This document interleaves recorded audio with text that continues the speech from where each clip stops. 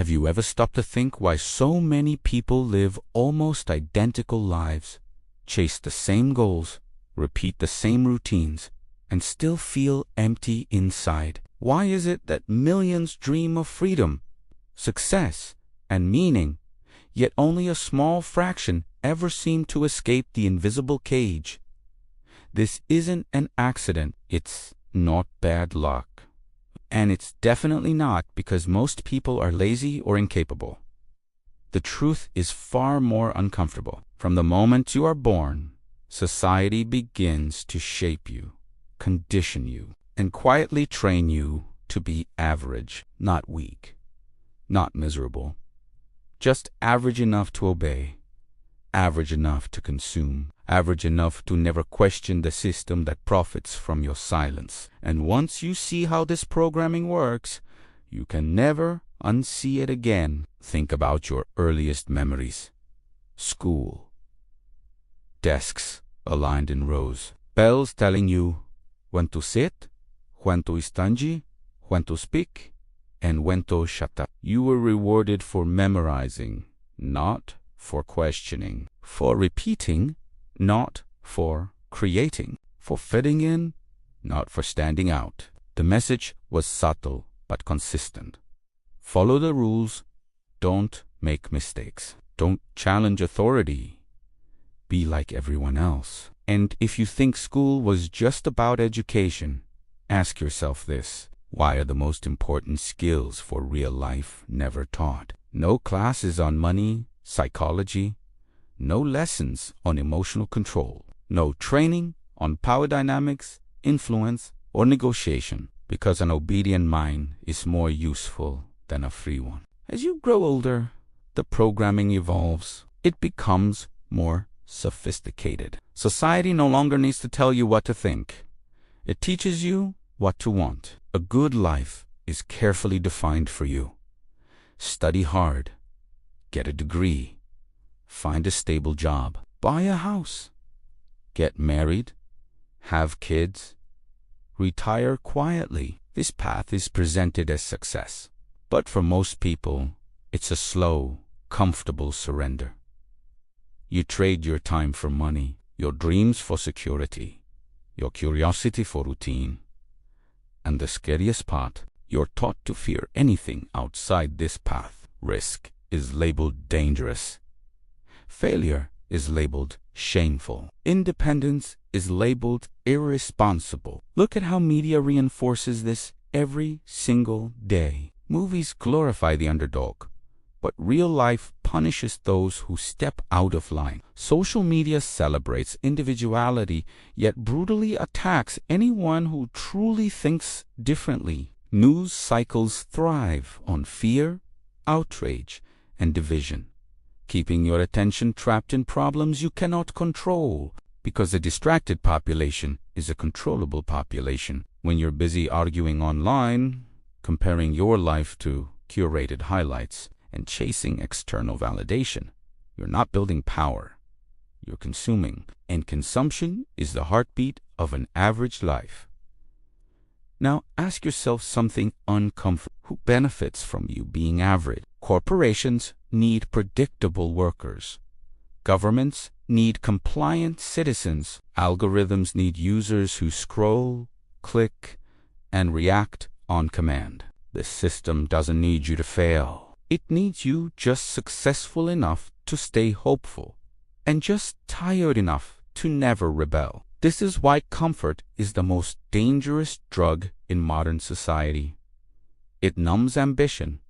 It dulls urgency. It convinces you that tomorrow is guaranteed. And people who believe they have unlimited time rarely change today. One of the most powerful tools of this programming is fear. Fear of judgment. Fear of rejection. Fear of being alone. From a young age, you're taught that approval equals safety. Fit in and you belong. Stand out and you risk isolation. This is why so many people silence their true thoughts, suppress their instincts, and betray their own desires just to maintain social acceptance. The irony By trying to avoid rejection, they reject themselves slowly, quietly, until one day they wake up and realize they've been living someone else's script. Another layer of this conditioning is the obsession with credentials, titles, degrees, labels.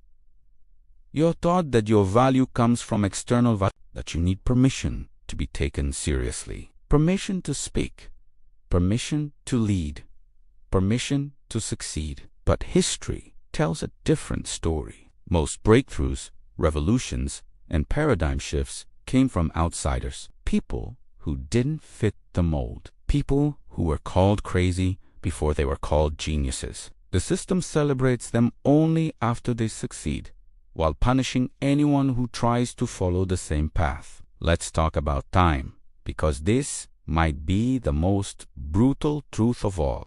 Society trains you to sell your time cheaply. 40 hours a week becomes normal. Commuting becomes normal. Being exhausted becomes normal. And because everyone around you accepts it, you stop questioning it. But time is the one resource you can never get back. When you trade it mindlessly, you're not just losing hours. You're losing potential lives you could have lived, skills you could have mastered, versions of yourself that will now never exist. Notice how ambition is subtly attacked. When someone talks about wanting more, they're called unrealistic. When someone works obsessively on a dream, they are told to be balanced.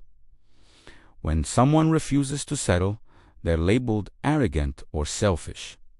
This is social pressure disguised as concern, because your courage threatens people who chose comfort. Your growth exposes their stagnation, so they try to pull you back down, not out of hate, but out of fear of confronting their own compromises. Technology, which promised freedom, has become one of the most effective tools of average programming. Endless entertainment, infinite distractions, dopamine on demand. Your attention is constantly fragmented. Deep focus feels uncomfortable. Silence feels boring. And in this mental noise, self-reflection dies. You don't hear your inner voice anymore. You hear trends, opinions, hot takes. And when everyone is reacting, no one is thinking. Here's the part most people never realize. Average is not a natural state. It is engineered. Humans are not born passive, obedient, and afraid. Those traits are installed over time, through repetition, through reward and punishment, through social conditioning, and once installed, they run automatically, like background software, until you consciously interrupt them. Breaking free doesn't start with quitting your job or moving to another country. It starts with awareness, with noticing the scripts running in your head. Whose voice is that telling you to play it safe? Whose rules are you following without question? Whose definition of success are you chasing? The moment you ask these questions, you begin to step outside the average, because average people don't question the water they hear swimming. Unlearning is harder than learning. You must dismantle beliefs that once kept you safe but now keep you small. You must tolerate uncertainty, discomfort, temporary chaos. And this is why most people retreat. They prefer a familiar prison to an unknown freedom. But the ones who push through discover something powerful. The world rewards clarity. It responds to conviction. And it opens doors for those who refuse to live on autopilot. Look at the people you admire most. Entrepreneurs, creators, leaders, thinkers. They all share one trait. They stopped asking for permission. They stopped waiting to be chosen. They chose themselves, and that decision changed the trajectory of their lives. Not overnight, not easily, but inevitably So here's the real question. If society is programmed to make you average, what are you going to do about it? Will you keep consuming narratives that keep you small? Or will you start building a life that actually reflects who you are? Because awareness without action is just another form of entertainment. And action, even imperfect action, is rebellion in a world that wants you passive. You don't need to be extraordinarily by the world's standards. You just need to be intentional, conscious, awake. The moment you stop living by default and start living by design, average loses its grip on you. And once that happens, there is no going back.